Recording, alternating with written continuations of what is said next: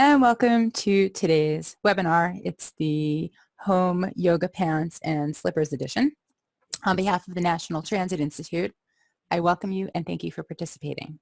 The National Transit Institute develops, promotes, and delivers training and education programs for the public transit industry in the United States. Today's webinar is NTD 2020 Safety and Security Non-Rail Mode Reporting. We are pleased to have as our presenters today Ann Singleton and James Overbeek. Ann Singleton is a Senior Safety and Security Analyst for the NTD program and has been since 2009. Ann has been involved with several FTA initiatives, such as the State Safety Oversight Program, the Commuter Rail Safety Study, and the Transit Bus Safety and Security Program in a variety of roles.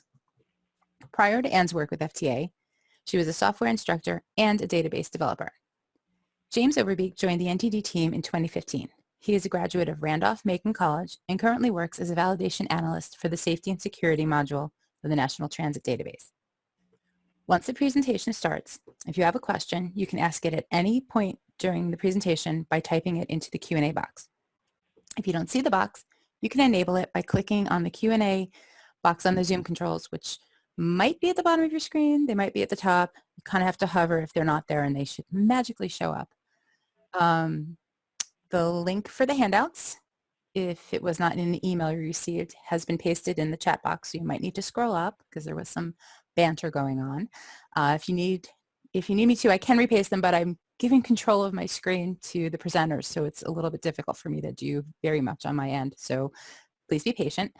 And I guess that should be it, and hopefully Ann is now able to control the slides, and I will turn it over to her.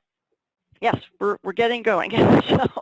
All right, so the goal of today's session is to familiarize you NTD reporters with the safety and security reporting requirements and the individual reporting forms. As always, we hope that the knowledge you gain today will make your job easier, and we sincerely appreciate your commitment to safety and security reporting. For those of you that also report for purchased transportation providers, I can say that easily, please share this presentation with them so that they too are aware of what you are required to report to NTD. We find that this is quite helpful in most cases. Yes, okay. All right, now I gotta find my controls again. There we go. All right, so today we're gonna show you how to access the NTD system and how to navigate through the various menus and forms. We'll also discuss how setup is achieved in the system for safety and security, of course, and review the 2020 reporting clarifications and some form changes that we've had. Then we'll go through reporting on each of the form safety and security reporting forms you see listed here and how to complete a, went too far, so I guess. There we go.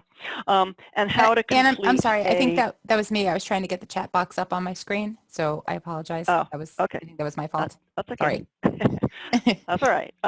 Anyway, so also we'll go through how you complete a traditional collision report, since that's the most frequent report that we receive. Okay. Now, okay, those little controls keep disappearing on me. I apologize. Oh, there they are. Okay. All right, so here's our contact information, as you saw just a moment ago. As Lori mentioned, James and I are your presenters today, and when one of us is talking, the other one will be handling the Q&A questions for you. Joe Eldridge, the NTD Operations Center Manager, and Murtaza Naqvi, the NTD Deputy Program Manager, will not be joining us today as far as I know. So again, we're showing our contact data here. If you don't know who your analyst is, you can certainly contact either one of us, James or I, and I'll be able to direct you to who your safety analyst is. We'll also share this information again, or at least our information again, at the end of the presentation. Okay, so now I'm going to let James start us off, and then I'll talk to you all a little bit later. James? Alrighty, thanks, Ann. Hopefully everyone can hear me all right. I'm going to, well, first we'll have a brief overview of the NTD program, then we will discuss the website and show you how to navigate the system.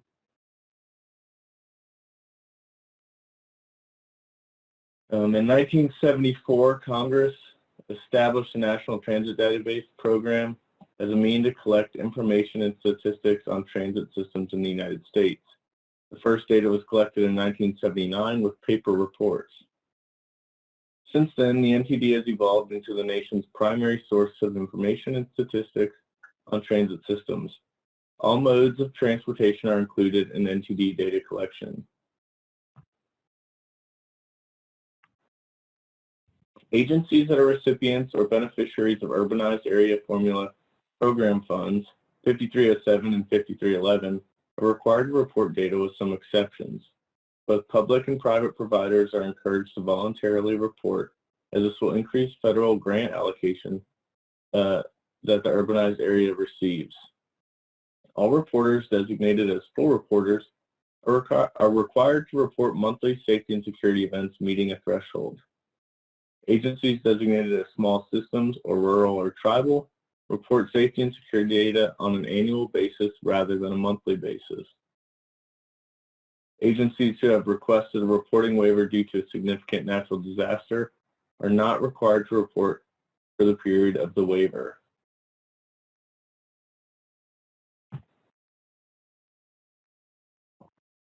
The data reported to NTD is used to provide industry performance reports to Congress and other federal agencies and departments, and is used to factor federal funding allocations for the EZAs, which was over $9 billion last year. The data is also used to direct, support, or improve other FTA program initiatives, such as State Safety Oversight Program. NTD data is also used to generate various analyses of trends in transit safety and security. The safety and security data is published on a monthly basis and is available to the general public on the NTD webpage. This data is accessed by federal and state agencies, transit systems, media, or any interested parties. Published data can be found on the NTD website under the NTD data link. There are two data products, Safety and Security Time Series data and the Safety and Security Time Major Only Series data.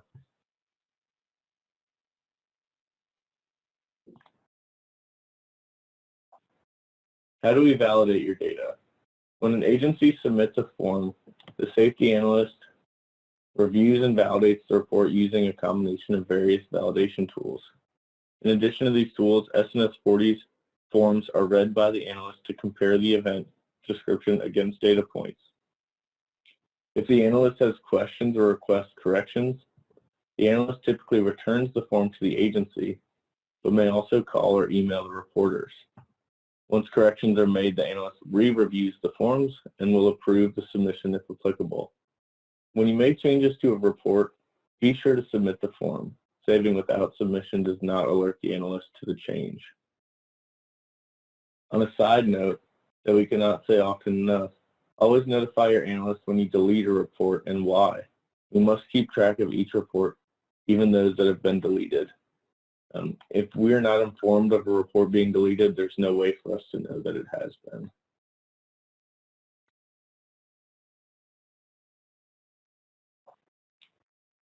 Here are the various forms and reports that have deadlines. The S&S-50 monthly summaries are due on the last day of each month for the previous month's data. For example, the March report is due April 30th. However, commuter rail modes and the Alaska Railroad do not report on the S&S-50 form. The NTD system sends automated email reporting reminders to the safety contact on the 20th of each month. This is not a late notice, just a reminder to report. The NTD system sends automated late notices on the 1st and 5th of each month if your data has not been submitted. Please note that a report that has been saved but not submitted is considered late.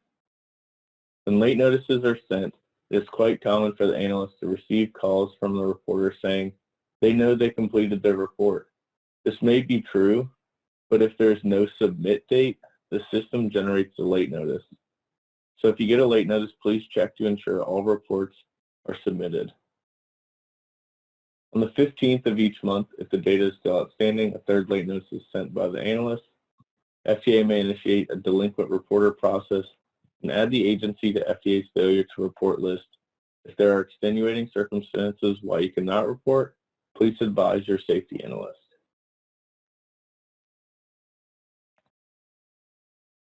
Failure to report required data can have severe consequences and could affect the program funding. A failure to report can be submitted by an analyst to FTA for a variety of reasons, such as delinquent S&S-50s, if the year-end CEO certification or the S&S-20 is 45 days late, habitual delinquent reports, if there's incomplete S&S-40s that do not comply with the reporting requirements, or fails to respond to validation inquiries.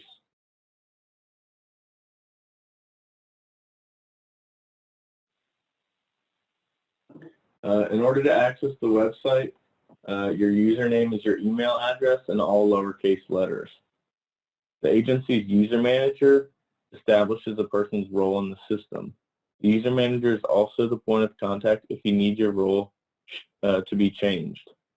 There are 6 access levels for NTD reporting. These are the CEO, CEO delegate, and NTD contacts, which have the highest level of access and full functionality to include the NTD annual forms, monthly ridership, and safety and security data.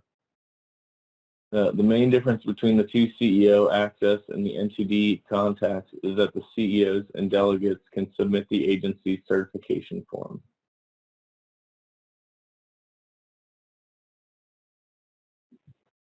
NTD editors, shown as editor in the system, can edit annual forms and can submit monthly ridership and safety and security forms. The safety contact can create, edit, delete, save, and submit safety and security forms only. The safety editor can create, edit, and save, but not submit safety data, and safety viewers can only view data. None of the safety contacts can change annual or ridership data.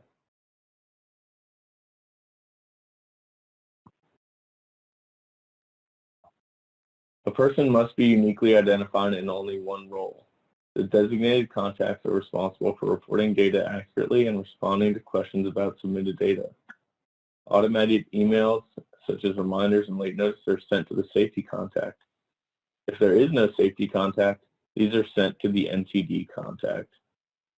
The email address listed as the last modified user will receive notices of forms that are returned for questions or changes.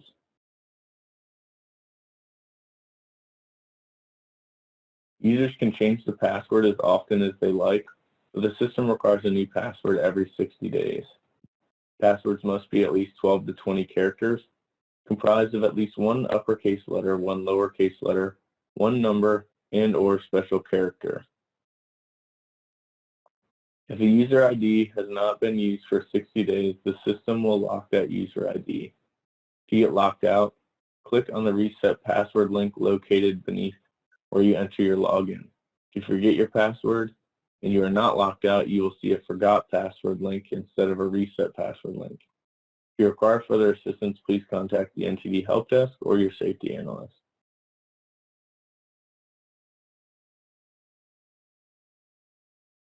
The National Transit Database is accessed from the Federal Transit Administration website. This is a snapshot of the NTD homepage on the FTA website. Please notice the link to the NTD reporting tool. On the left side, you'll notice several links, which we will discuss on the next few slides.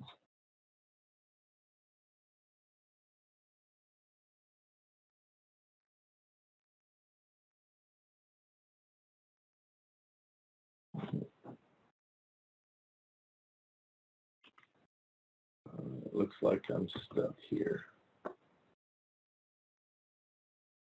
Okay. The first of these links is the About the NTD section, which contains an overview of the NTD program, contact information, and help desk contact information. The NTD data section provides access to time series products for historical and current annual data, monthly ridership data, and safety and security statistical information. The S&S time series is often used for peer comparisons. You'll also find agency profiles and the National Transit Summaries and Trends annual products.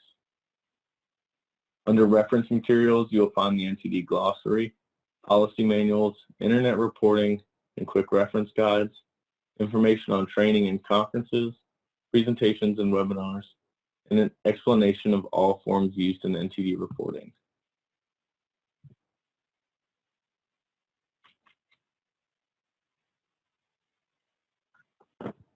Accessing NTD.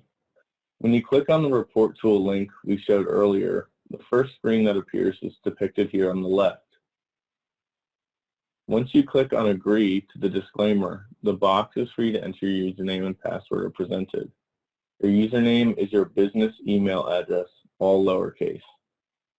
Here you would see the reset password or forgot password link as well.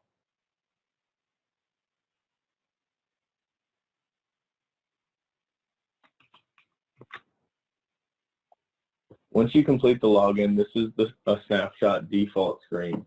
You'll notice there are menu options in the blue bar across the top.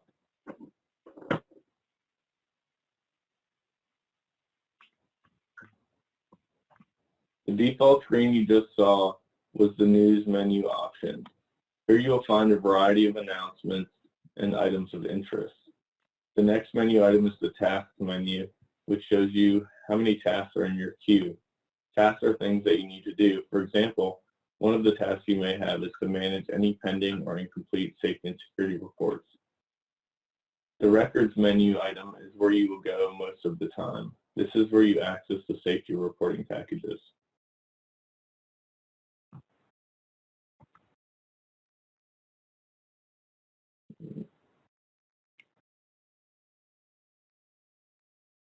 The Reports tab will display reports that are available to you.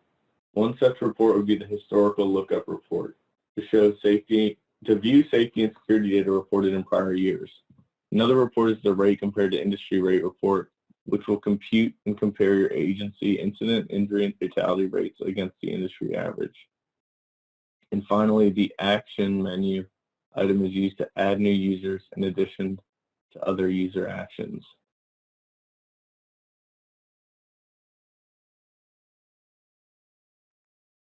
All right, now we review safety and security setup.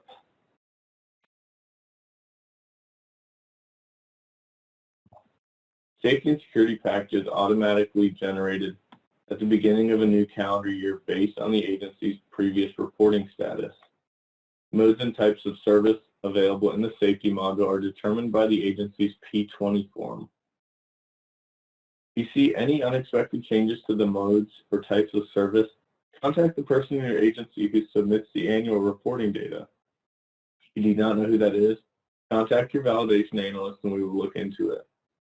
Please do not attempt to modify the P20 profile, as changes made here can affect all aspects of reporting and may cause data to be deleted.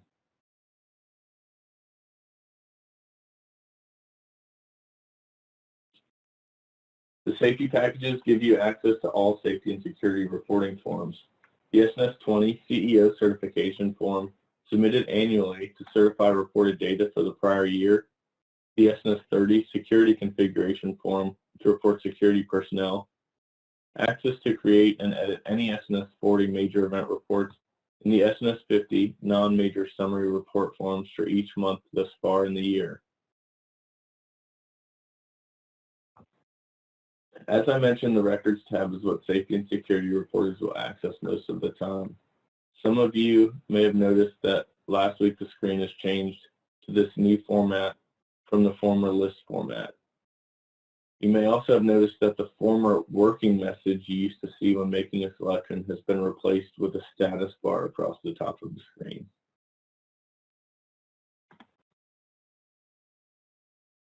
For most of the year, there will be 2 years available.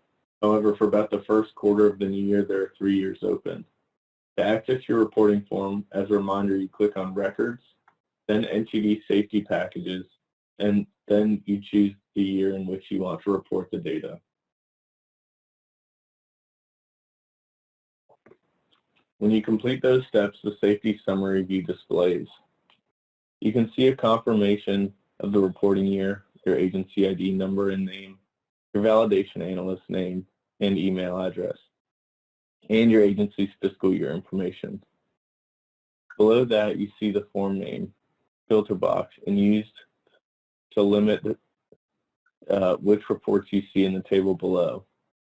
In the table, you can sort by any of the columns presented to help in locating the form you wish. You can also use the browser's find feature by doing Control F and enter the number of the major report you may be looking for. However, you must be on the right page to find it. Remember, you cannot open any of these forms or reports on this screen. You must first click on the NTD Safety Forms button located in the upper right-hand corner of the screen.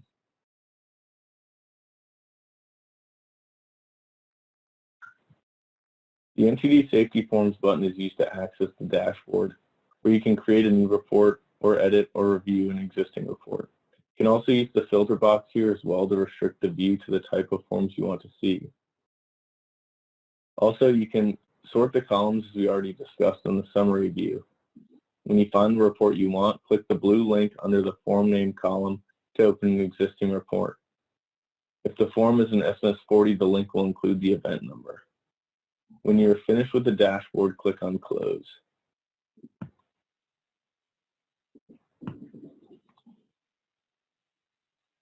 This is a snapshot of the dashboard that we just discussed. Notice the new status column. We will discuss that momentarily.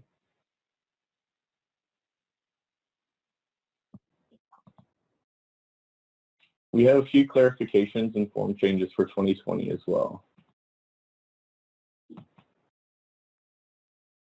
Attempted suicide and mental health. If there was no clear attempt and a person was transported only for mental health evaluation, this is reported on the non-major monthly summary report. We put a change in place in December regarding PII, or personally identifiable information.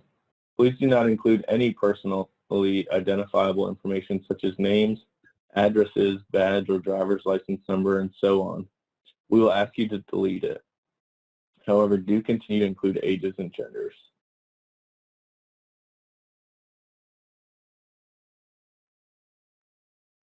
In 2019 and prior, the transit vehicle information form required you to choose the vehicle type and the fuel type from a list of all possible manufacturers and fuels. Beginning in 2020, the form now integrates your agency's most current A30 Revenue Vehicle Inventory form. This will provide more accurate data and reduce the number of reports returned for an incorrect selection. It also makes the form shorter.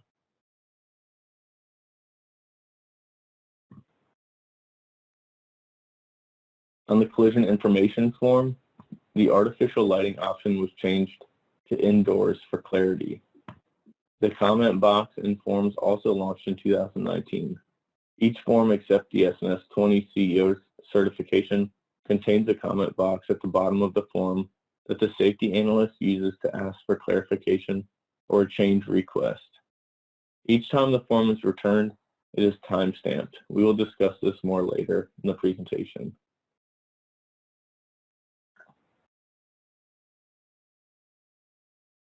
Earlier, I had pointed out the status column on the summary view and dashboard. The status column replaced the former has data column. This launched around the end of June 2019 and is much more helpful to both reporters and analysts. There are 4 status levels you will see. The first is open. For S&S 30s and 50 forms, this signifies an available form for completion, or forms that are not submitted, only saved.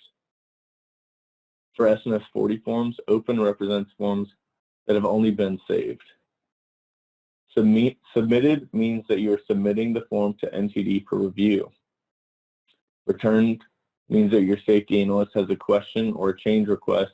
This form requires attention from you. Approved means we have approved and accepted the form. S&S 50 forms will only show as approved if the form was returned, revised, and approved. This is a good point to mention that any open, ergo unsubmitted S&S 40s or 50 forms will not be included in your S&S-20 CEO certification. So prior to certification, ensure all 2019 S&S 40 shows submitted or approved.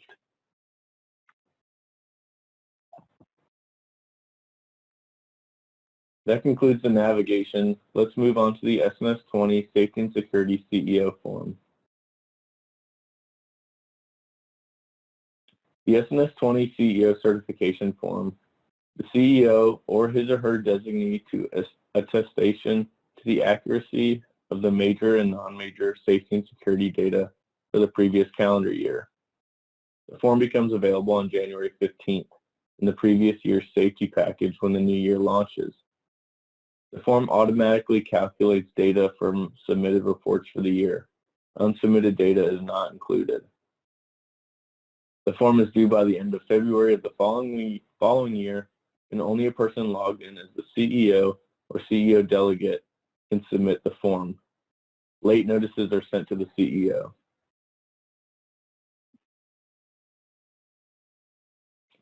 Data reporters should review their data to ensure it matches to the data in the S&S-20. Agencies should also use any in-house reports available to help verify the data. Also, the historical lookup report on the reports tab may be helpful as it shows incident counts by month. If the data does not match, check to ensure that all safety data reports are submitted. Unsubmitted data, once again, is not included in the S&S-20 counts. You may add or delete S&S-40s or edit S&S-50 data, and the S&S-20 will automatically recalculate the numbers. Remember to always notify your safety analyst if you delete any data. You or your CEO will check the confirm box adjacent to the data. The CEO can click on Submit. Once the form is submitted, it cannot be resubmitted, but the form auto-calculates each time it is opened.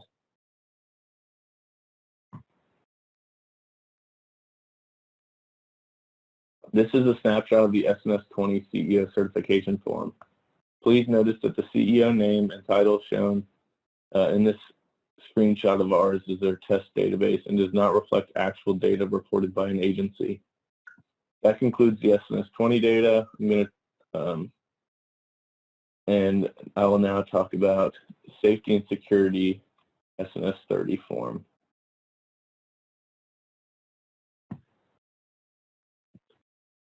The S&S-30 Security Configuration Form collects the number and type of security personnel employed or contracted by your agency. The S&S-30 form is completed once at the beginning of the calendar year, and you are not required to update this form during the year.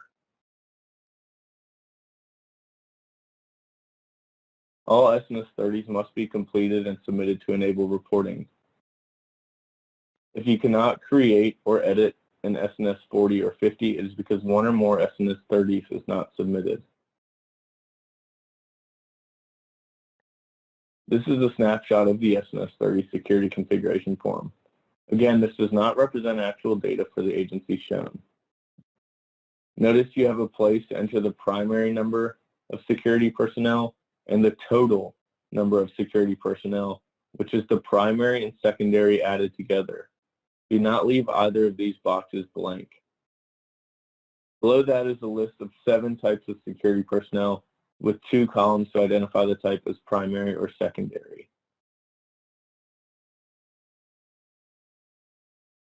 The primary security force is one that routinely responds to events and/or is assigned to patrol agency property. Please use a count of 0 for the use of local police non-contracted selection.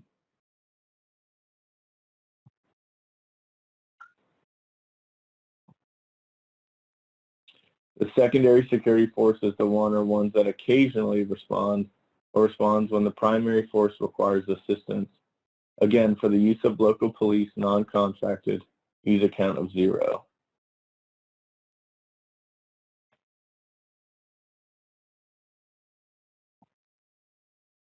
The number of personnel is reported in full-time equivalent hours. So 1 FTE equals 1 person working a 40-hour week or 2,080 hours per year. Prorate the number of personnel if the person works only part-time providing transit security, or they provide security for more than one mode.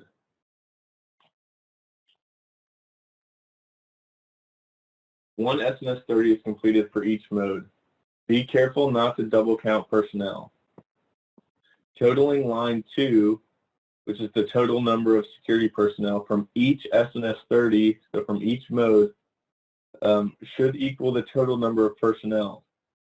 For example, MBPT mode, the total number is 1.5. For the LRDO mode, the total number is 3. And for the DRDO mode, the total number is 0.5. This means that the total security force for the agency would be 5 full-time equivalents.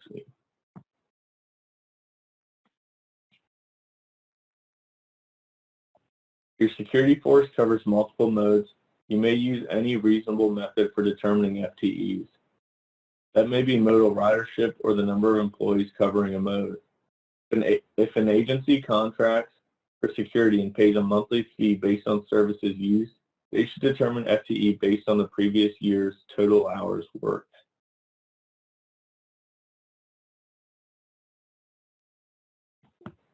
NTD allows for only one primary personnel type. If your agency has more than one type of security personnel it considers its primary, report the security force with the largest number of personnel as the primary and the smaller force as secondary. For further information on the S&S-20, please see the Safety and Security Policy Manual on the NTD website or ask your analyst for assistance.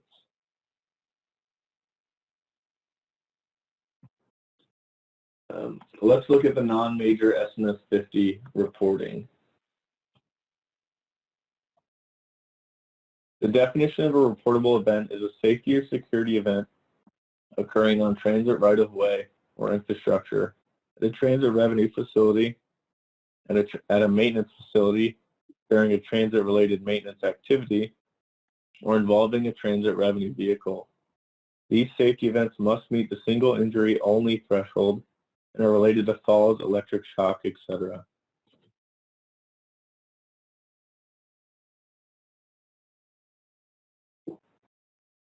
Multiple injury incidents are bumped up to a major report.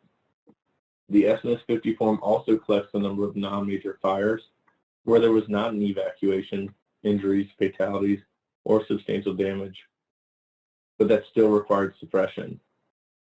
There are some exclusions to the non-major events, which are events occurring at bus stops or shelters that are not on transit-owned property, unless it involves a person boarding or lighting, and OSHA events occurring in administrative buildings. The form is automatically generated for each mode and type of service at the beginning of each month. The form is required to be completed even if there was a major event for the month, as they capture different event types, and even if there is no data to report for the month.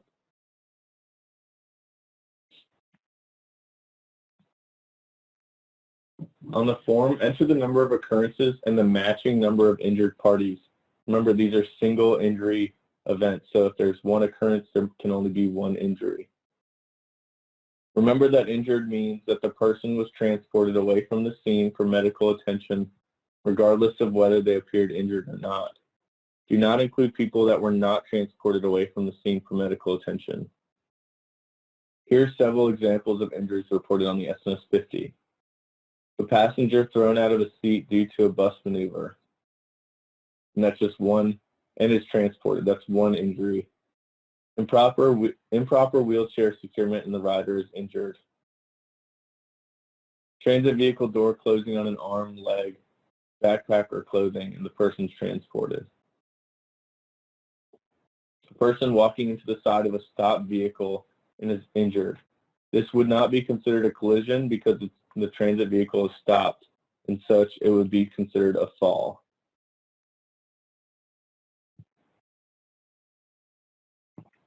Here's a snapshot of the S&S-20 monthly summary report form.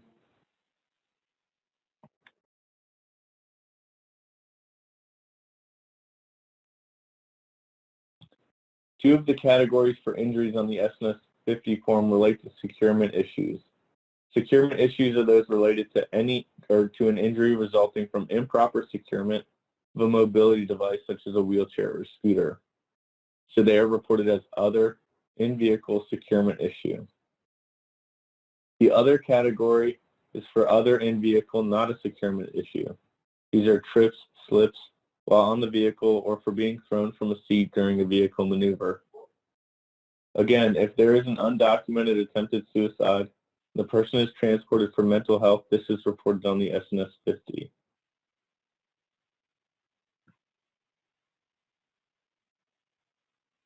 If no events occurred for a mode and month, open the appropriate S&S-20 form and choose the checkbox adjacent to No Data to Report. Then save and submit the report. Remember, do not include injuries due to any collision or any other major event type.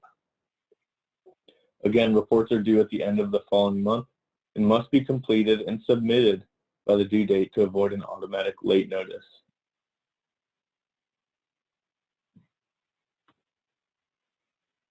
The S&S-20 can be modified at any time.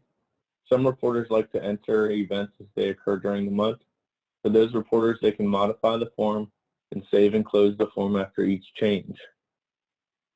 Your validation analyst reviews each report for accuracy. If we have any questions, we may return the report to you, call, or email you with our concern.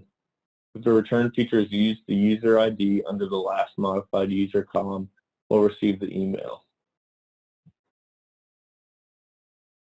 I will now turn it over to Anne, and she will go over the major event reports. Thank you, James. Excuse me.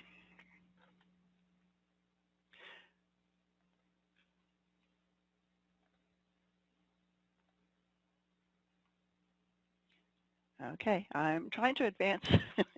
And you don't have Let control of me- the screen? Nothing's happening. Okay, hold on. Let me see. I'm trying to make the little thing pop up. Oh, that's me. Sorry. Back it Okay, up. well, they. Is that where you want to be? Which slide do you want to be on?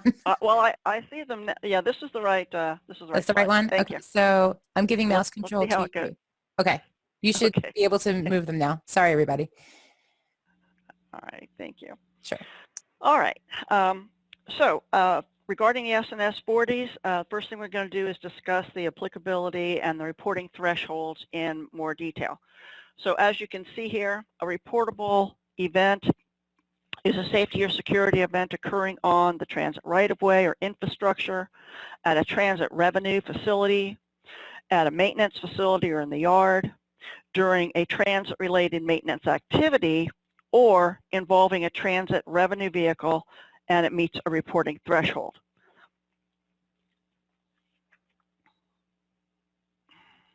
Sorry, there we go. Excluded from the applicability statement, excuse me, are events that occur off transit property where affected persons, vehicles, or objects come to rest on transit property after the event.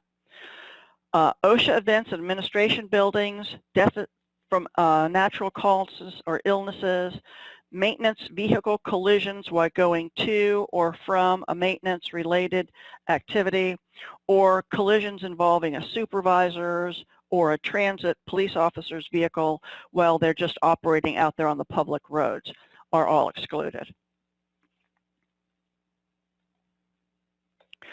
Okay, so the S&S-40 reporting thresholds, we have several, and these are all independent thresholds. If your event meets any of the ones that we're going to talk about here, that makes it a major event, and it makes it a reportable major event. Excuse me. So first, of course, as you see, is a fatality, including suicides, that are confirmed within 30 days of the date of the event. An event where one or more persons are immediately transported away for medical attention, away from the scene for medical attention. Property damage equal to or exceeding $25,000. Evacuations of a transit facility or transit vehicle for life safety reasons, and we'll go into life safety reasons later on when we talk about evacuations. And or a collision involving a transit revenue vehicle and let's say a non-transit vehicle that results in either of the vehicles being towed away for disabling damage.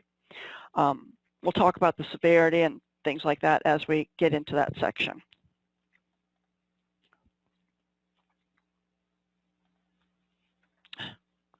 Come on now. There we go. All right, so again, some more examples. Here are some examples of events that are reportable to NTD. So let's say two people are standing still when the transit vehicle starts moving and they fall and they're injured. That is reported as a major event. And why is that a major event? Because two people were transported. As James just mentioned, if one had only been transported in that fall, that would be reported on the S&S-20. If a deadheading or an out-of-service vehicle is involved in a collision, or there's a fire in the bus garage, and it meets a reporting threshold, such as an evacuation or the property damage, that's reportable. Maintenance-related activities are including, here's a couple of examples. If a mechanic falls into the pit in the maintenance facility and results in a fatality, that would be reported, or an injury for that matter. If a maintenance employee is hit by a vehicle in the yard and is injured, that would also, of course, be reportable.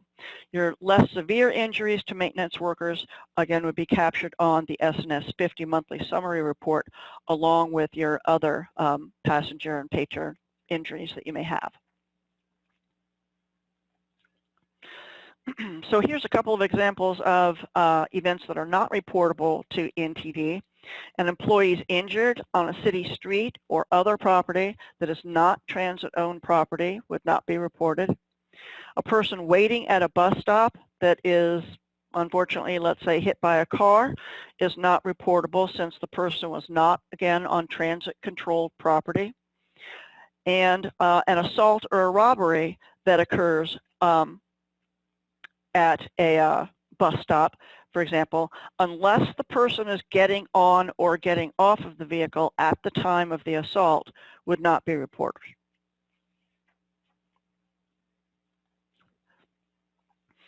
All right, so part of the definition that we talked about was involving a transit revenue vehicle. However, sometimes you may have a non-revenue vehicle that meets a reporting threshold. And here we have a couple of examples of those. These would be reported in the system as a non-transit collision. One example, a private vehicle collides with a pedestrian or a vehicle requiring immediate medical treatment away from the scene, perhaps in your parking lot, would be reportable. Private vehicle collides with transit property such as a station or a building, resulting in damage of $25,000 or more, would also be reportable. Fatalities. So we're going to go through each of the reporting thresholds now. So a fatality, again, is a death that occurs within 30 days of the event. This includes transit-related suicides. Please do not include deaths that result from illness or natural causes, or they're found deceased on your property.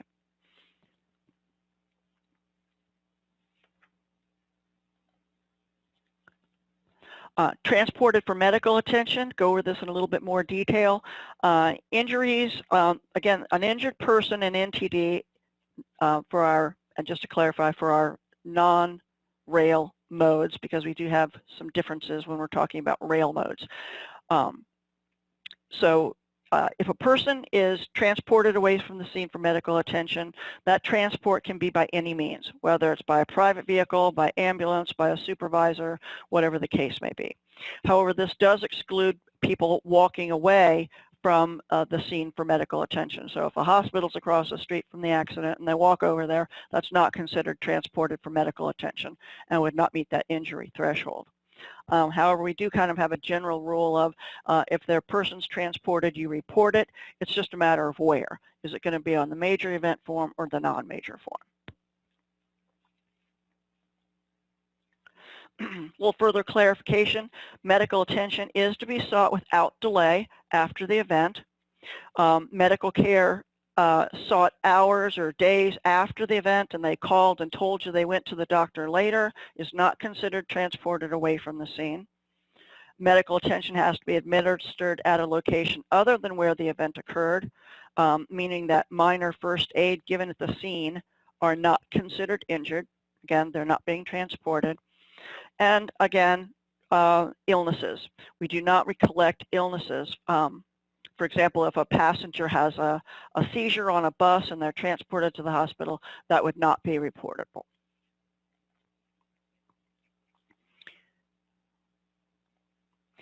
So the next the next threshold we're going to talk about is estimated property damage.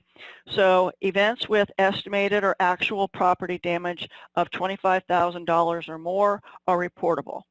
Property damage includes damage to the transit vehicle and the non-transit vehicle as well. It includes damage to any stations, bus stop signs, shelters if applicable. Also, the cost of clearing wreckage is included, and also the if any building, if the vehicle runs into McDonald's, then the cost of repairing the McDonald's would also be included in that estimate. So how do we get these estimates? These are ballpark estimates that NTD collects. If you don't have the actual figure, you can use a ballpark figure based on Blue Book values, on estimated repair amounts that you may have, estimated insurance payments. Some people also use established standard property estimates for specific event types. You can get these sometimes from insurance agencies and things like that. Some agencies also create a standardized list of costs. So a minor fender bender might be $500. Quarter panel damage might be, $1,000, whatever the case may be. But they set a standardized list, if you will. And of course, you can also just estimate the cost based on a case-by-case basis per the incident. Estimated damage excludes personal property such as laptops, cell phones, investigation costs, medical claims, litigation, so on. Property damage is reported on the S&S-20 form regardless of the amount. So you don't just include amounts that are $25,000 or more. So if the cost is confirmed to be, and if that includes zero, is what I'm trying to say. I apologize for stumbling over my words. So if there's zero damage, then you still have to report that there was zero damage. However, if you do enter in zero damage in that field, you need to include a statement in your event description that says very clearly there's no damage to any vehicles, any property, whatever the case may be. If it doesn't have that statement, we're going to send it back and ask you to put the statement in the event description.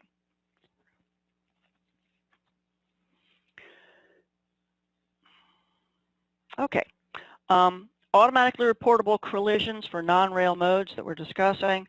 Again, if there's a collision between a transit, roadway, revenue vehicle, which results in either the transit revenue vehicle or the non-transit private vehicle being towed, the event is automatically reportable regardless of any other threshold. Now, this is limited to, roadway vehicles and therefore excludes ferry boats. For example, if a transit bus and a car collide and there's no injuries or fatalities, property damage is only $1,000, but the car is towed from the scene due to that disabling damage, the incident is automatically reportable. The towaway isn't based on the severity of the damage. It could just be a flat tire, but if it's towed for damage, disabling damage, then we collect that automatically. And just to mention, sometimes we're asked about, well, what if it was towed because the person was injured and they couldn't drive it away? Well, then that's not because the vehicle had disabling damage. So then that would not be included and would not meet that threshold of being towed.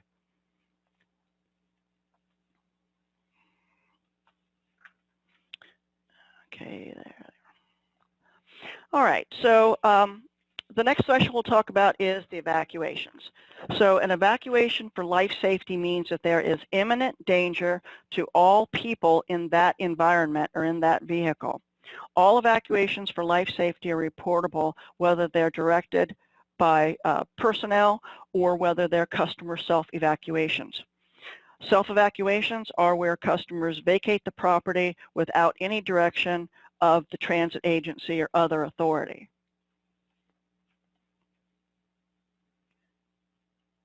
Sorry, my little advancing icons keep vanishing. There we go.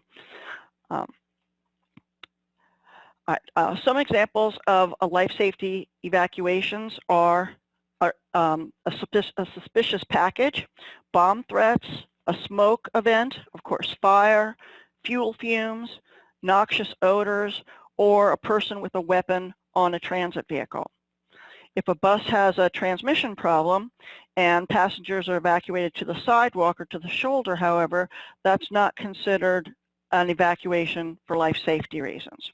The transmission problem is not a potentially unsafe situation, and therefore it's not reportable as an evacuation.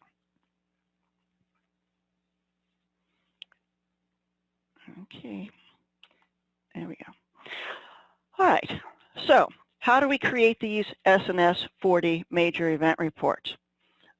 As a reminder, you would go to your Records tab, click on NTD Safety Packages, choose the NTD Safety Forms button. It's located in the upper right-hand corner of that screen, and then click on File New S&S-20.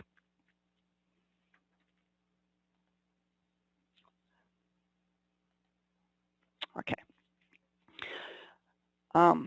Now, if you have an event that involves 2 or more transit modes from your agency, how do you choose which mode to report the event under? So if the event involved your rail mode and a non-rail mode, you would want to report that under rail mode. For example, if your light rail vehicle and one of your buses collide, you would report the incident one time and under your light rail mode. If the event is occurs between 2 non-rail modes, the predominant use rule determines that is typically based on ridership. So, for example, if a bus and a paratransit vehicle collide, you would report the event under the bus mode since it has a higher ridership. So now we're going to start going through the various screens, and we're going to use a collision form, for example, since that's the most common reported event. So the first screen, setup screen 1, you put in the date, and you choose the date, and you choose the mode and type of service under which you're going to report this event, and then you select the event type. When you click on when you choose that, this is the setup screen 1, and this is a screenshot of it. Again, this is just a test program. That's why you see this kind of odd-looking transit agency name up there. So again, the date, the mode, and then your various event types that we're going to go through in more detail in just a few moments.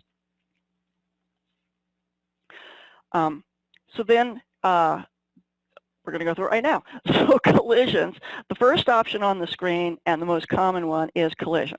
And this includes suicides or attempted suicides where a transit vehicle is involved, where there's transit vehicle impact involved. For fires, for a fire to be considered a fire, it must have flame suppression. Non-fire or smoke events or the smell of something burning, which may meet a threshold, would be reported as an other safety event. For an event to be considered a hazmat situation, it not only has to meet the threshold, but the situation also would have required specialized cleanup, such as a hazmat team to clean up that environment. Acts of God refer to acts of nature such as hurricanes, tornadoes, floods, snowstorms, etc. We have 2 different types of security events. We have system security events such as arsons, bomb threats, burglaries, suspicious packages, vandalisms, etc. Basically, these are events that affect the transit system. Whereas our personal security events, such as assaults, robberies, homicide, rape, etc., affect 1 or more people. This would include a suicide or an attempted suicide that does not involve contact with a transit vehicle. Just as with other events, the event must meet a reporting threshold. And then finally, other safety events. This is our miscellaneous event that captures the other events that do not meet into any of our other categories that we've just discussed. This might be an evacuation due to smoke, as we mentioned, or someone falling in a transit facility and it results in a fatality, for example. You'll notice a little caveat there, the star next to the injuries of 2 or more people with an asterisk. Just again, we can't say it often enough. If there's 2 or more injuries and it's an other safety event, it's reported as a major event. If it doesn't have any injuries, it might have one injury, but if it does only have 1 injury, then it's going to have another threshold involved, such as an evacuation or a fatality to go along with that 1 injury.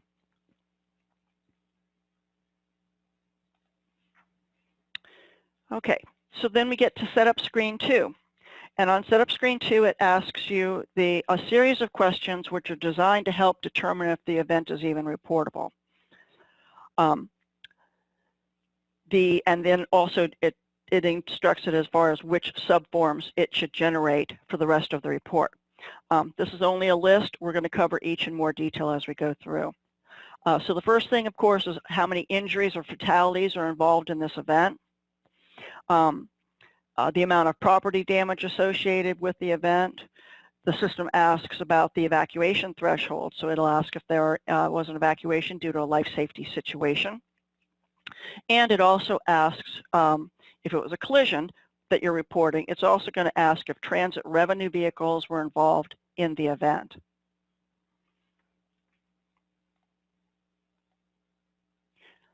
All right, so this is a screenshot of setup screen 2. List all the questions that we just discussed. All right, were transit revenue vehicles involved? So this, if you select yes to this question, which would also be true if you reported for purchased transportation operations. Sometimes people will say no there because it's not their vehicles. But if you're reporting for a PT mode, then you would say yes to this question if a transit vehicle was involved.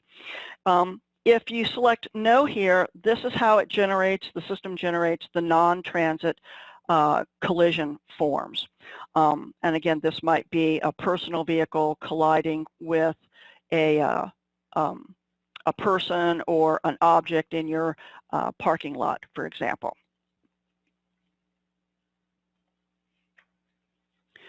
All right, so based on the selections that you've made, the system is going to, it's either going to determine that the event was reportable and generate your basic information screen, or if it's not reportable, it's going to generate a message that will either come up and tell you that it's not reportable or that it may be reportable on the S&S-20 form, and it'll ask you if you want to continue.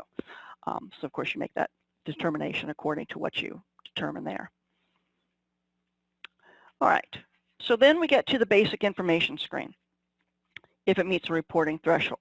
So the basic information screen displays the date that you've already put in on setup screen 1. And then you put in the time, and when you're using the time, be sure to use your AM and PM designations, even if you use the military time or 24-hour clock format. I know that sounds counterintuitive, but that's the way the form collects the data. The approximate or actual location of the event is added into the approximate address box. You'll also include the geographic location, the longitude and latitude, which is required. You are permitted to enter numbers, a decimal point, and a negative symbol for your longitude, no commas or any of that. Please use a minimum of 4 decimal places. If you do not have the coordinates, you can use a variety of internet resources to determine that. One that we use often is latlong.net.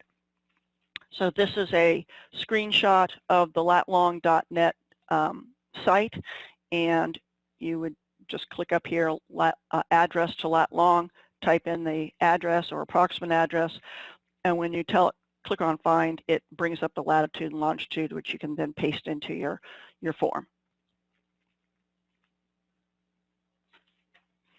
Okay, the basic information also collects the event description. The event description should be concise but descriptive so that the analyst can understand what has occurred, how it occurred, and it should always include the number and type of injuries or fatalities. But as James mentioned earlier, please do not include any personal data such as names or driver's license numbers or badge numbers, things like that. The description box can hold 2,000 characters. If you exceed the 2,000 character limit, when you go to click on next, message would pop up and say that you've exceeded the limit. However, it doesn't tell you by how far, so you just need to start editing and bring that under the 2,000 character limit. I will ask at this point, it's not on the slide, but often we get reports with codes for the vehicles, or it might say vehicle 1 or vehicle 2 or IV 1, 2, so on. We'd really appreciate it if, even if you use those designations, the IV and vehicle 1, vehicle 2, please somewhere in there, if you say vehicle 1, put the word bus after it, or demand response vehicle, or whatever, transit vehicle, something like that, so that we have a point of reference as to which vehicle is the transit vehicle, because we use this description to validate all the other data points that you're going to select in the report. So it's very helpful to us to know which vehicle is vehicle 1, whether that's it's for some reporters, it's not always the bus. So at any rate, I'm not going to read the description to you. I'm sure you can see it here. We just want it to be clear about what happened, where it happened, who was involved, and how many were injured, and very helpful to include for us, again, if the vehicle was towed or not. Any vehicles were towed. All right. Excuse me. James already covered this. I don't really think we need to cover it again. You just want to make sure that you omit any personal identifiable information from your event descriptions. This is a new thing in 2020. We did kind of implement this starting in December last year, but that's the new guidance for moving forward. All right. So the basic information screen also includes an attempted suicide and suicide checkbox so that we can collect these types of events on an event level. And then you want to make sure that this is corroborated by the similar checkboxes on the injury or fatality form accordingly. And then the last piece of information on the basic information screen is asking you if there's another person to contact for regarding the event. You don't need to enter your name there if you're entering the report, because we'll see your email address upon submission. Primarily, we're going to reach out to whomever reported the event, but you can include someone else's name and contact number here if applicable. As you're proceeding through the reports, you'll see a progress bar across the top to show you how many additional forms you still have left to complete.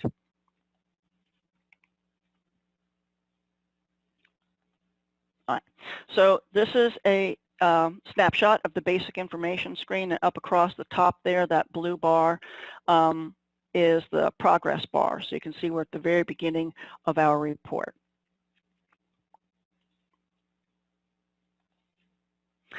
All right, so we're going to start with the collision screens. Typically, there are 4 screens or 4 subforms that will appear when you're reporting a collision. The first is the collision event information, and then the collision information screen, the transit vehicle involved screen, and if another vehicle was involved, then you would have the other vehicle involved form. From that, it would depend on if you have any injuries or fatalities to also include. All right, so this is a snapshot of the collision information form, which we're going to go through in detail.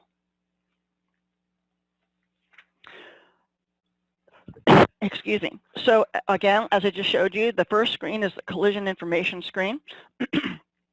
For all modes, this captures information about the number of transit vehicles involved, and the answer would always be 1 here unless 2 transit vehicles from your agency collided. Then you report the location of the event, such as at a transit facility, at an intersection, at a bus stop, etc. Then what did the transit vehicle collide with? With a person, with another vehicle, with an animal, a fixed object, so on. And then the last question on that screen, if applicable, is the number of other vehicles, non-transit vehicles that are involved in the collision.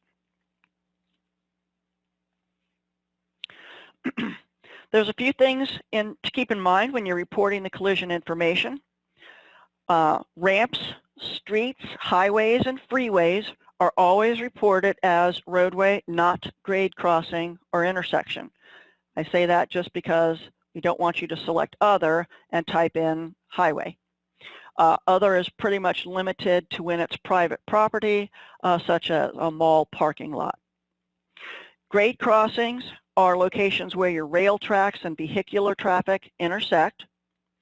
Of course, a bus or service stop is the appropriate location for your bus modes, your paratransit modes. So a bus stop or service stop would also be the driveway of someone's home if you're picking them up, at the curb if you're picking them up at wherever you're picking them up from.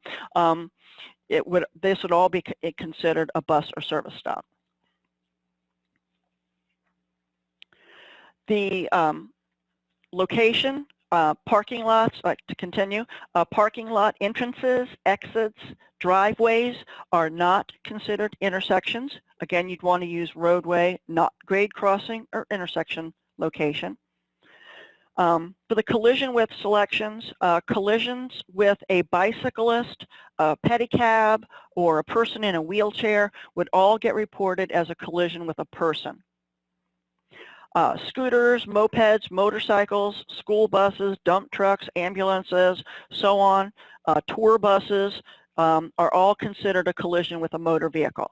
So again, we're mentioning that so that you don't choose on other and type in school bus. Later on in the forms you'll tell us that it was a school bus. But at any rate, we just try and restrict the use of other to when no other selection fits. All right, collision with a transit vehicle, again, is used when two transit vehicles from your agency collide. If you collide with a transit vehicle from another agency that operates in your city, then that would be reported as a collision with a motor vehicle. In a multiple impact collision scenario, report the collision with as the first vehicle or object that was collided with, that was impacted. For example, a bus collides with a car and then the car goes on and hits a building. The collision with, in this case, would be a motor vehicle, and then you would include the damages to the building within your event description and within your property damage amount. So let's look at a few examples of how to determine how many other vehicles to report. Again, other vehicles are not transit vehicles, so these are just your private vehicles or commercial vehicles that are out there. So if car 1 cuts off a bus, but no contact is made, and the bus goes on to hit car 2, then the number of other vehicles to report is 1 because car 2 didn't have any contact.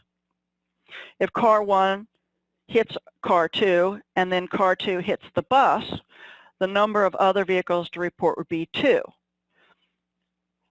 Again, both car 1 and car 2 in this case had contact.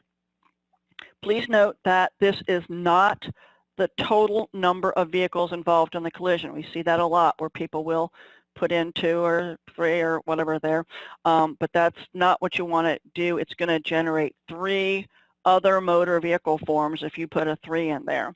So if you only meant to do 1 or 2, then if you, let me put it this way, if you see multiple other vehicle forms and you know there's only 1 vehicle involved, then you've made an error there and you'd want to go back and make that change. Okay. All right, as we mentioned, non-transit collisions do have to meet a reporting threshold, but these again are where transit vehicles are not involved, and you have a few examples here. So private vehicle collides with anything or anyone in a transit parking lot. Private vehicles on a ferry shift and collide with each other. A transit maintenance vehicle collides with anything or anyone on transit property, except for a transit vehicle, of course. These would all be reported as non-transit collisions, and you would include the number of other vehicles involved to generate that non-revenue vehicle For example, if that was a maintenance vehicle, you would call that an other vehicle and generate one other vehicle form. There'll be an option there for the maintenance category. You'll see it on that when we get to that form. Excuse me. Okay, so this is an example of the non-transit collision event screen when, again, no transit vehicles are involved, transit revenue vehicles. All right, and this is the collision event information screen, which we're going to go through next. Excuse me. Sorry, let me take a sip of water. All right.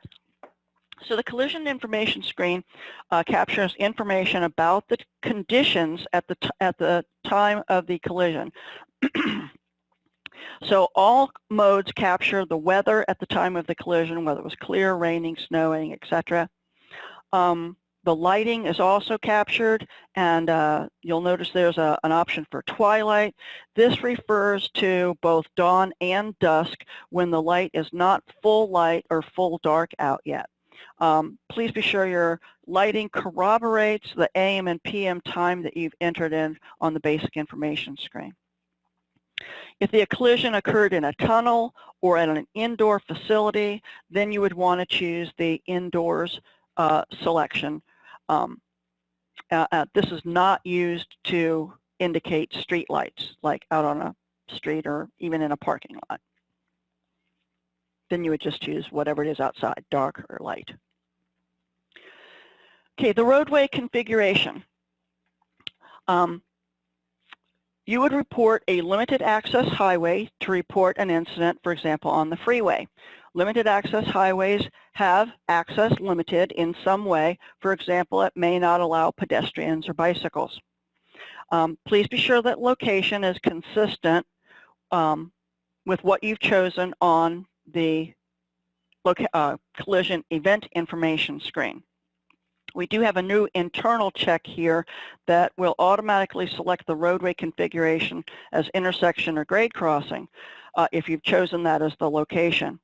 However, we still mention it here because if you go back and make changes, it can still allow you to not let those two sections corroborate. We're going to take a look at this a little bit more detail in just a second. If you choose roadway, intersection, or grade crossing, as I just mentioned, the system will generate a section for the intersection control device and a section for the grade crossing control device. If the event occurred at a grade crossing, you would choose the correct signage or signaling present at that grade crossing. There's also an option for no control device if there was nothing at that grade crossing. Choose not applicable if only if the event did not occur at a grade crossing. And of course, the same is true for your intersection control devices. One of them is always going to be not applicable, just depending on where it occurred. Now this really can't happen quite so often as it used to, again, because as I mentioned a second ago, we put in an internal check so that on the, when location is chosen as intersection on the collision event screen, it'll automatically default to intersection or grade crossing here. Then the two sections I just mentioned come up, grade crossing control and the intersection control beneath that. So if it occurred at a grade crossing, of course you're going to choose the control device for the grade crossing. Intersection control device would be not applicable, or vice versa. If it happened at the intersection, then grade crossing is not applicable, and the intersection, you would choose the device that occurred there. Now, as I said, these are going to default, that roadway configuration is going to default. But if somebody goes back and edits a report, that cross-check doesn't happen. So I have seen a couple reports go in where they've made a change and now they don't, they conflict. So in that case, you would see us return it and ask a question as to whether it did or did not occur at a specific location. All right, so then the next form is the transit vehicle information form.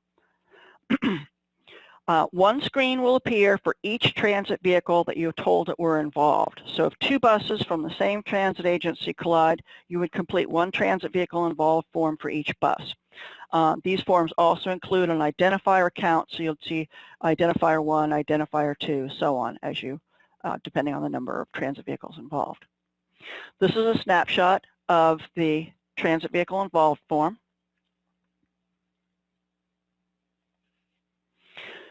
Okay, so the transit vehicle involved form collects the fleet involved information. It collects the vehicle action at the time of the collision, if it was stopped, if it was turning, etc. It captures the collision type.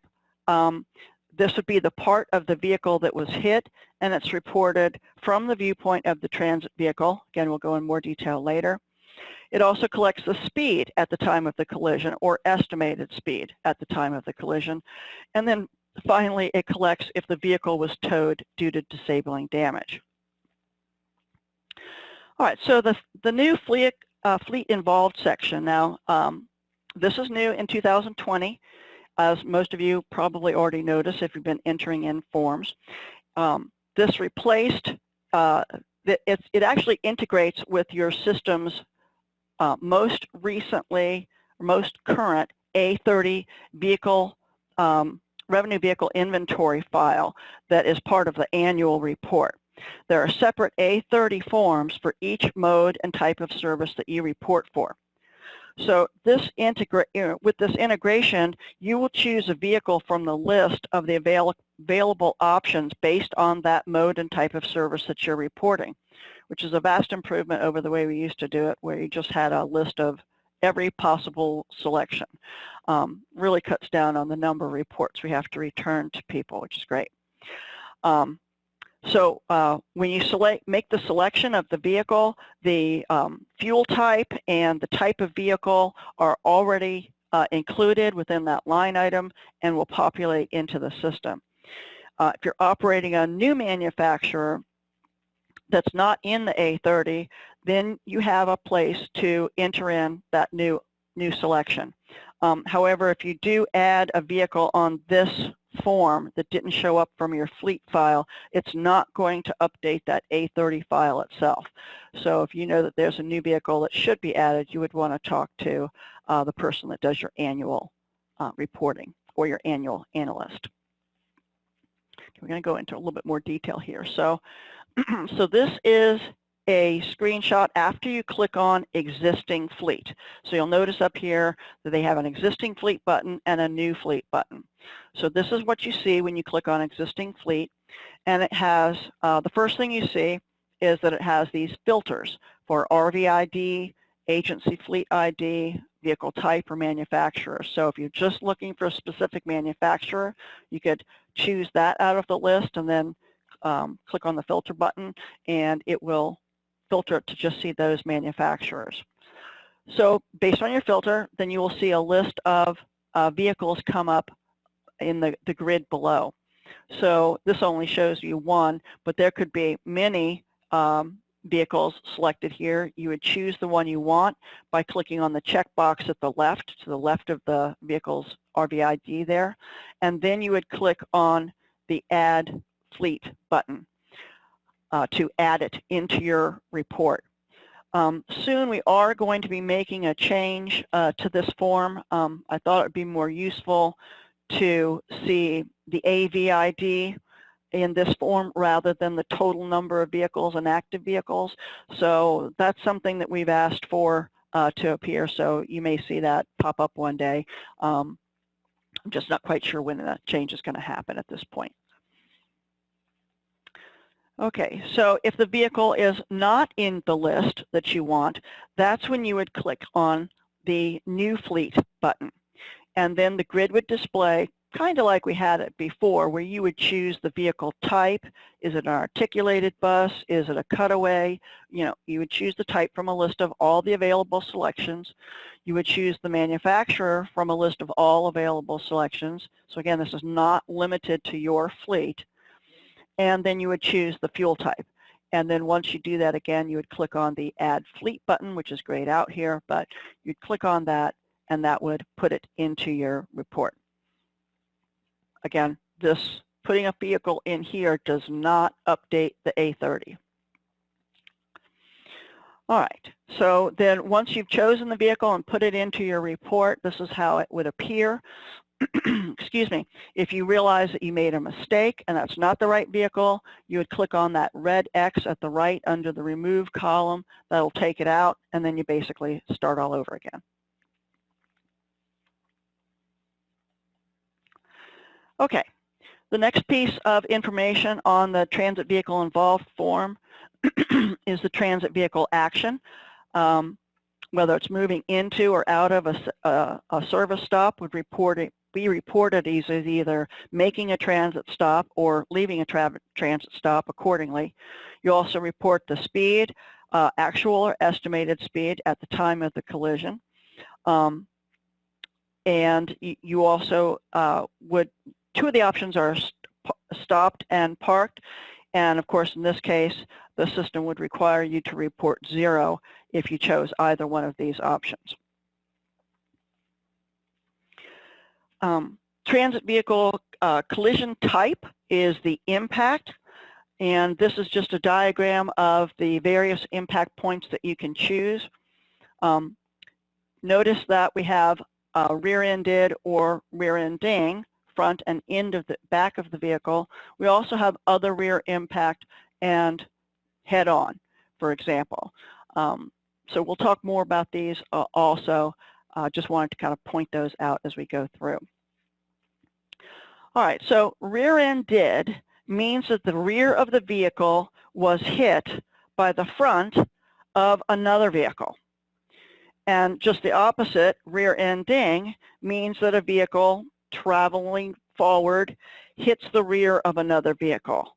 You don't want to use head-on or other front impact if you have chosen rear-ended. Rear-ended and rear-ending are always reported as a pair. Something we actually see quite often where someone will choose rear-ended for one vehicle and then other front impact for the other vehicle. So that's a no-no. We'll return it back to you. So always report rear-ending, rear-ended as a pair. And then side impact basically means exactly what it says. It's the vehicle is impacted anywhere on the side, including the door, the mirror, the tires, with, of course, the exception of a side swipe situation. Other front impact is used when the front of the transit vehicle, in this case, is impacted, but it would not be considered a head-on collision or it would not be considered a rear-ending collision. An example would be if the front corner bumper hits another vehicle or an object while it's turning, but it's not the part of the bumper that's on the side. It's the front of the vehicle, not the side of the vehicle at the front.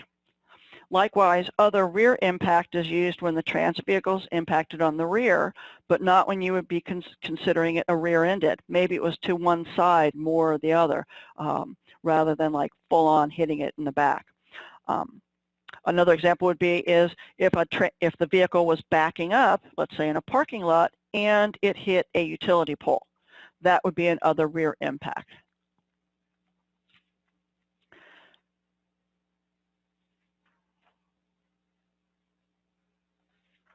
Okay, sideswipe is used when two vehicles are parallel to each other, either going in the same or opposite directions, and they sort of bump and scrape along the sides of each other's.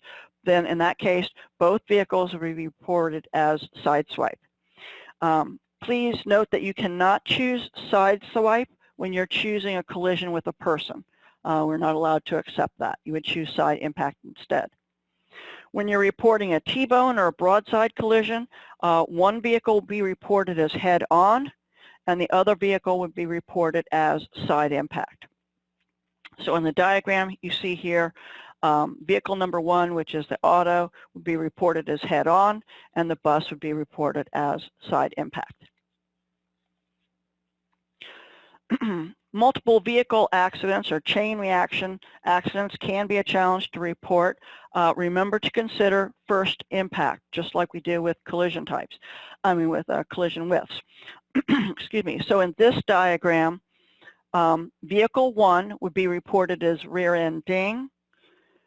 Vehicle 2 would be rear-ended, because that's what happened first, even though then vehicle 2 is pushed into the back of vehicle 3, the bus, which would also be reported as rear-end dead. All right, vehicle speed, again, the actual or estimated speed at the time of the collision. If the speed is unknown, you can use the posted speed for that section of the road and adjust it based on lighting, road conditions, etc. Again, make sure it corroborates your vehicle action. And then the last question on the screen is the towaway, and again, it's due to disabling damage, not because it's towed by policy or because there's no driver for the vehicle. All right, then the other vehicle form. On the other vehicle form, again, one form is going to be generated for each other vehicle that you've told it are involved in the collision. Similar to the transit vehicle, it collects, it has an identifier count, and it also has add and delete buttons on it. So if you do add in too many, you can choose delete right there on that form, and that will reduce the number of vehicles that you have, vehicle forms you have to complete. So this is an example of the other vehicle involved form. There's only 4 data points on this screen, much less than you have on the transit vehicle. So the first is the other vehicle type, and we include a type here for your non-revenue rail vehicles or maintenance vehicles that could be involved. Automobile, it would be the pre-appropriate selection for passenger vans that might be struck. And then the other vehicle action, again, is the physical movement of the vehicle when the collision, at the time of the collision. Reported much the same as you would report the transit vehicle. So again, the collision type is the part of the vehicle that was impacted from the point of view of the other vehicle. This form also includes the towaway question. Worded the same way, was it towed away due to disabling damage? And again, same applicability there. If it was towed, for policy or because the driver is not there, then you would say no. Otherwise, if it was disabling damage, you would say yes. All right, and now the injury and fatality forms. The injury and fatality forms are the same, and this form will also have a person count. So if you reported 3 injuries, it'll have an identifier count on there, injury 1, injury 2, injury 3. Again, if you've accidentally included too many people, you have a delete button that you can delete a person, or you can also add a person at that point. For your location categories, you do have locations of outside the vehicle and inside the vehicle. So you want to choose carefully there, in particular when you're reporting transit vehicle operators. Typically, sounds silly, but typically when you have a collision, of course, the transit vehicle operator is operating the vehicle. But we still see people will choose transit vehicle operator from the outside vehicle selection. So just make sure that you're choosing that person inside. A person boarding or alighting a vehicle, getting on or getting off, is considered a transit vehicle rider. And then also on this form you have selections for attempted suicide or suicide, of course, whether it's an injury or fatality form, of course, and then you have a selection for a trespasser. So trespassers basically are individuals that are in unauthorized areas, typically in facilities.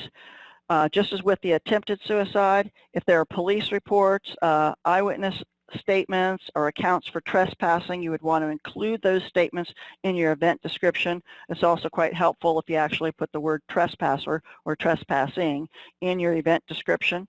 Helps us identify those events more easily. However, trespassing itself is not an event type in NTD.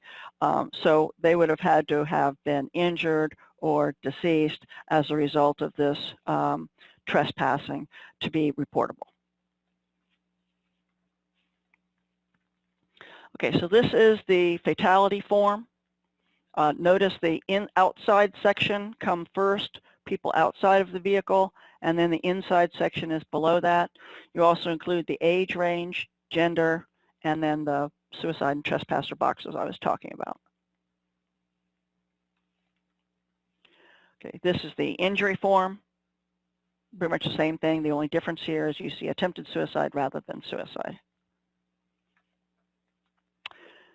Okay, so at this point, I'm going to let you hear a different voice for a little while, and we're going to let James take over again. Thanks, Ann. We had a few questions. I pretty much got to all of them. There was one that was kind of more for Lori, I think. Someone had asked if there was going to be access to the Q&A after the fact. Yeah, you know what? I'm changing the settings now. Maybe, let's see. I don't know if it's going to take. Everyone should be able to see the open, answered, and maybe even the dismissed questions now. I apologize. I couldn't really answer anything because I couldn't touch my computer. So if there's anything missed, you can email me. It's lglickman@nti.rutgers.edu if you do have any more questions. James, do you know where the question was for me? Was it about the presentation or something? No, yeah, they just wanted to know if the question and answers would be posted somewhere afterwards.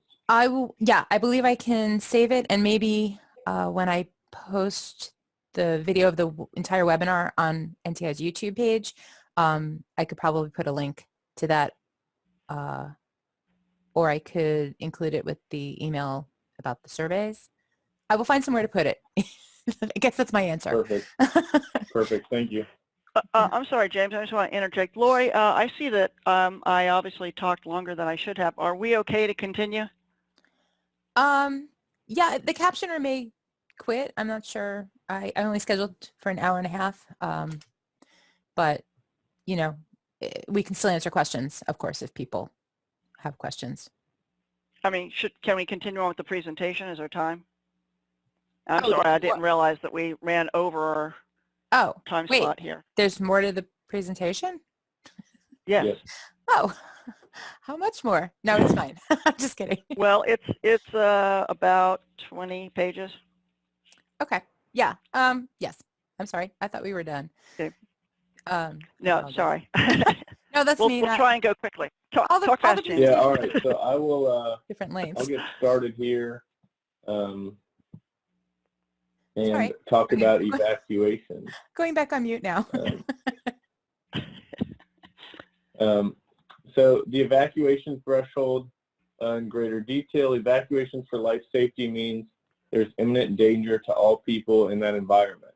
Reportable evacuations are also to the rail right-of-way. Each evacuation type includes both customer self-evacuations or transit or official direction. Evacuations can be a part of almost any event type, but are least common in collisions. Evacuation requires all passengers and or employees to depart a transit vehicle or facility. These may be for safety or security events. These include events that occur off property but affect the transit system. For example, a gas leak or fire on adjacent property that caused the RTA to evacuate a nearby station. Evacuations are not persons removed from vehicle for medical treatment.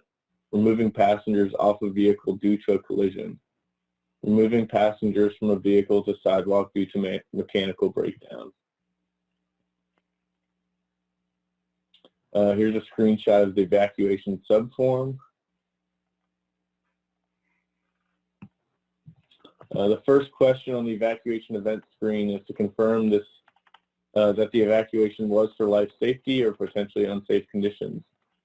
Please do not answer no to the evacuation question. If evacuation is not for life safety, then delete the report and create a new one answering no to evacuation question on setup screen 2. Include a brief description of the evacuation, including the cause. The what was evacuated question is used to indicate what was actually evacuated. One choice would be a vehicle or vessel. which would mean the bus or train if it was for rail. Do not report the location of the bus or ferry at the time. And the last question asked if this was a self-evacuation. For example, a self-evacuation is when passengers get off the transit vehicle without being told to depart. Once the evacuation subform is generated in the report, it cannot be deleted. So if an evacuation is incorrectly included, the entire report would need to be deleted and a new report entered without the evacuation. Similarly, you cannot add an evacuation subform to a report. Reporting fires on the S&S-20 that meet one or more major event threshold. Remember, to be defined as a fire, the incident must have had fire suppression equipment or personnel involved to contain the fire and must meet a major event threshold. Without these thresholds, the fire requiring suppression is reported on the S&S-20 non-major summary report. Arson is reported on screen 1 as a system security event, not a fire. The presence of smoke, no fire, and not suppression is reported as an other safety event.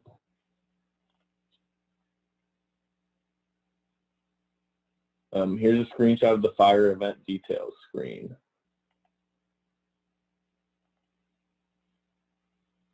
If the fire is in or on the vehicle, including the engine, wheel area, or anywhere on the outside, this would be reported as in or on vehicle. Report the type of cause or cause of the fire. For the fuel type selection, if you chose the location of the fire as in or on the vehicle, then you report the fuel type of the vehicle. Acts of God are natural and unavoidable catastrophes that affect the transit environment. Select all locations of property damage, injuries, fatalities, and evacuations. You'll be able to choose more than one option. For example, the location should indicate the property or properties that were damaged and not the geographic location, such as the name of the city. This is a screenshot of the Act of God screen.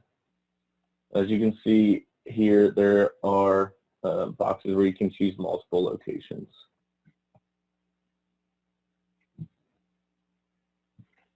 When reporting hazardous material spills, the spill must meet a reportable threshold and have caused imminent danger to life, health, or environment and required specialized cleanup.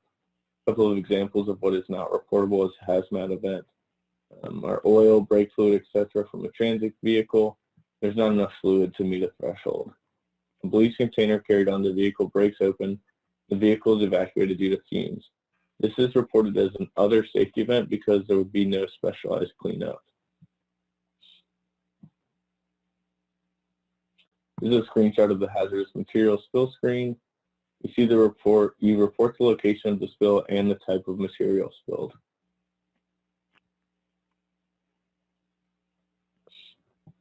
There are two categories of security incidents on screen 1. System security or personal security events, which must meet one or more of the following thresholds. System security events occur on transit property and affect the transit system as a whole. Personal security events happen to individuals on transit property or those boarding or lighting a transit vehicle. This is where you would report suicide or attempted suicide that did not involve impact with the transit vehicle. This is a screenshot of the system security event screen. You may notice that there's an other system security event option on this form. This would be to capture security events that do not meet any other category. For example, shots fired or objects thrown at a vehicle.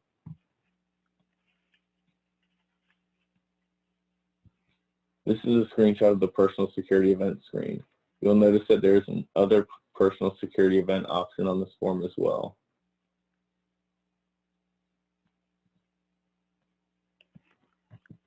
The final major event type is other safety events. This is your miscellaneous category. These events must meet one of the following thresholds: 1 or more fatalities, 2 or more injured, property damage of $25,000 or greater, or an evacuation. Please note you may report an other safety event with 1 injury if another threshold is met. Here are some examples. An evacuation of transit property due to smoke, fumes, noxious odors. Any fatality on transit property that is not considered a collision or suicide. 2 people thrown from their seats due to a hard brake. 3 people injured when an escalator comes to an abrupt stop. Other safety events resulting in a single injury reported on the S&S-20 monthly summary form.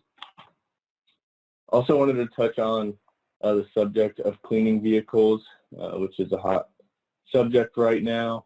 And these cleaning materials could cause some noxious odors. If these odors result in a single injury with transport, or it will be reported on the non-major S&S-50. If there are 2 or more injuries due to those noxious odors, that event would be reported as a major event on the S&S-40 form.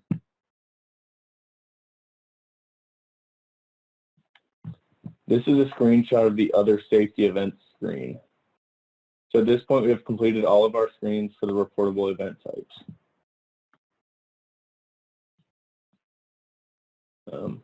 Let's review saving, submitting, and editing. At any point from the basic information screen on, the system automatically saves your report. So if you close the report without saving or submitting from this point on, these auto reports become pending reports, which are stored as a task on the task menu option. When you're ready to complete the report, click on the task menu option. You'll see a listing of each task. Major event report task will appear with S&S-40 in the title. Just click on the task and the system will return you to the screen you are on, and you close the report. Complete the report and save and submit, or if you no longer need the report, you can choose delete instead.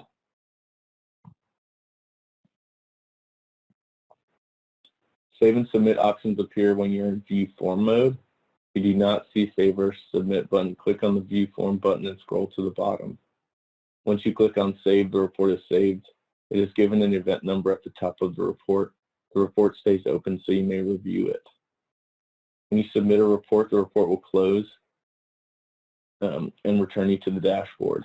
Submitting the report releases the report to the validation analyst for review and comment. It also notifies the analyst that a report has been created. Otherwise, we may never know one has been created. If you see an unsubmitted report and it is past the due date, we will contact you to submit the report. Please note that unsubmitted reports are excluded from the event, injury, and fatality counts in the S&S-20 CEO Certification form. Analysts may return a report to you for questions or to make corrections. The system will send the last modified user one email for each report that is returned. After you make corrections, be sure to save and submit. As mentioned earlier, the comment box in all forms except the S&S-20 CEO Certification. The box at the bottom of the form is used by safety analysts to ask for clarification or change request. Each time the form is returned, it is time-stamped.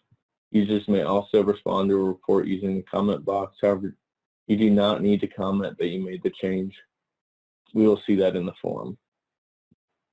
If the analyst asks you to add a statement to the event description, please enter the statement in the description and not the comment box. Here's a screenshot of the comment box with a comment that's been added in.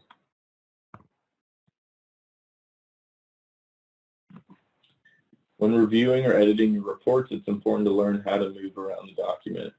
Here's a list of the available button tools, though each button may not be available on every form.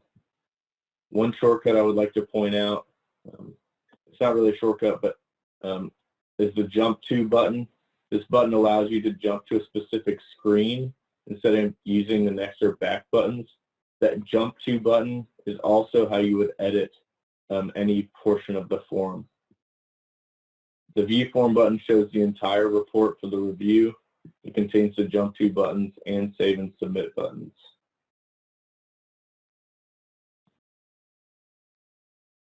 When you open the report, for the first screen is the setup summary view. The screen is the only place you can edit the date of the event. Also, if your report does not include any injuries or fatalities, the screen is the only place where you can add them. Then you would click on Next, which displays your report in view form mode. At this point, you can continue to use Next to go to each screen, or you can click on one of the Jump to section buttons. This also enables the editing mode. As a reminder, Save and Submit only appear in view-form mode. A moment ago, I mentioned how to add injuries or fatalities. There are not any in the report. However, if there are injuries or fatalities in the report and you need to increase or decrease the number, you can jump to the injury or fatality section and use the Add or Delete Persons buttons. If you choose Delete Person, it will delete the person you are currently viewing. Similarly, you can increase or decrease the number of transit or non-transit vehicles in a report by, again, jumping to the appropriate section and click on Add Vehicle or Delete Vehicle. Be sure to click on Save and Submit after making your changes. If you delete a report that was not requested by your analyst, please notify us. Not only do we need to know why the report was deleted, it saves the analyst from trying to locate which report was deleted when our tracking sheet showed a different number than the NTD screen. This concludes the presentation, and if you have any questions, please let us know. If you don't have any questions now, but have some pop up later, please feel free to contact Ann or I, and that will conclude the presentation. I'll open it back up to Lori or Ann here now. Thanks. Sorry about thinking it was over earlier. I saw the question slide and I assumed it was over. So I apologize for that. It's hard working from We just home. used it as a break point so that we could switch people. I should have looked more carefully and retained. It's just, I think a lot of people are in the same boat. Working from home is just a little bit harder than I thought it was going to be, but I hope everyone's staying safe. Again, if you have questions, email. It's up on the screen. It's also included in the handouts. If you scroll up in the chat, you should find the links if for some reason you don't have them. And I guess if no one else has any other questions, there's nothing open, right? Nope. I want to thank everyone for participating this afternoon. Special thank you to Ann and James for this great presentation. Everyone should be getting an invitation for an evaluation. If you take a few minutes and fill it out, we would greatly appreciate that.